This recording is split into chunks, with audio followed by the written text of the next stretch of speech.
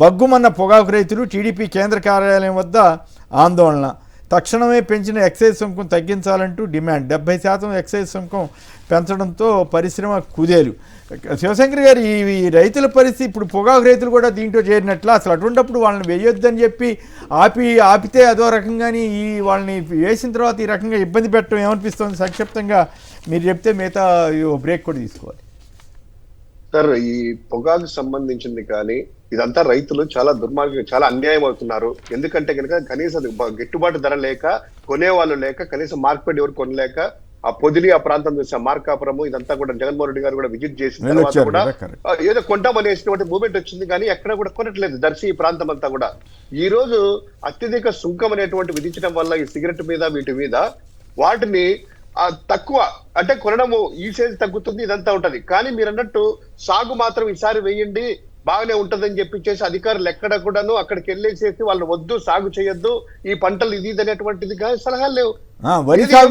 వరి సాగు చేయొద్దని చెప్పి చంద్రబాబు గారు ఆయా చోట్లకి చెప్తున్నారు, కానీ పొగాకు గురించి అక్కడ చెప్పినట్టు అనిపించలేదు. చెప్పారా? లేదు, వరి సాగు కానీ అయింది కూడా చెప్తారు. మందులు వాడద్దు, పురుగుమందులు వాడద్దు, పురుగుమందులు వాడితే క్యాన్సర్లు వస్తాయి.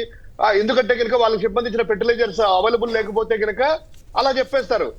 మామిడి కానీ ఇదంతా కూడా సార్ ఈ రోజు పొగాకుకు సంబంధించింది ఏదైనా సబ్సిడీ కానీ ఏదైనా కూడా ప్రభుత్వం ఆదుకొని ఆ పొగాకు రైతులను ఆదుకోకపోతే చాలా తీవ్ర నష్టాలు జరుగుతుంది రైతులకి. ఇప్పటికే చాలా అల్లకల్లోలంగా ఉంది వాళ్ళ పరిస్థితి. కనీసం అంటే పాత నిరుడు పండించినటువంటి ఆ పొగాకే ఇంకా బ్యారెల్స్ అట్టనే ఉన్నాయి.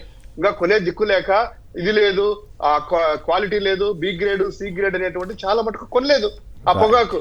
అలా పెట్టుకొని ఈ రోజు 70% 74% ఆ సిగరెట్స్ మీద వాటి మీద సుగ్గాలు వేస్తే కనుక దానికి మీరు మద్దతు ఇస్తా, కనీసం అంటే కొన్ని రాష్ట్రాల్లో కానీ రైతులకు ఏదైనా కూడాను ఇలా సబ్సిడీ ఇద్దాము లేదా ఇన్సెంటివ్స్ ఇస్తాము ఈ రైతుకి ఎకరాకింతని, దానికి సంబంధించినటువంటిది అనేటువంటిది ఎక్కడ కూడా మాట్లాడరు.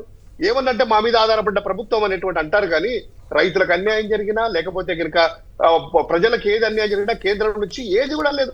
అంటే జగన్మోహన్ రెడ్డి గారు వైఎస్ఆర్ కాంగ్రెస్ పార్టీ మీద ఎప్పుడు చేసేసి ఇంకా వాళ్ళు ప్రతిపక్షంలో ఉన్నారనేటువంటి ఫీలింగ్ లో ఉన్నారు. మేమే అధికారంలో ఉన్నటువంటి ఫీలింగ్ లో వాళ్ళు క్లియర్ గా తెలుస్తా ఉంది సార్. ఎక్కడికి వెళ్ళినా కూడా అది దేవుడి కార్యక్రమం అయినా ప్రభుత్వ కార్యక్రమం అయినా ఇంకోటైనా కూడా జగన్ జగన్ జగన్ జగన్.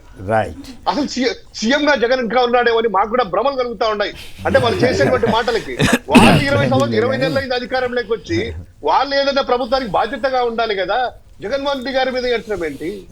ఈనాడు పత్రిక చూసినా, ఆంధ్రజ్యోతి చూసినా, పవన్ కళ్యాణ్ మాట్లాడినా, లోకేష్ మాట్లాడినా, చంద్రబాబు మాట్లాడినా ఆ జగన్మామ స్మరణ లేనిదే వాళ్ళకి పూట గడవదు.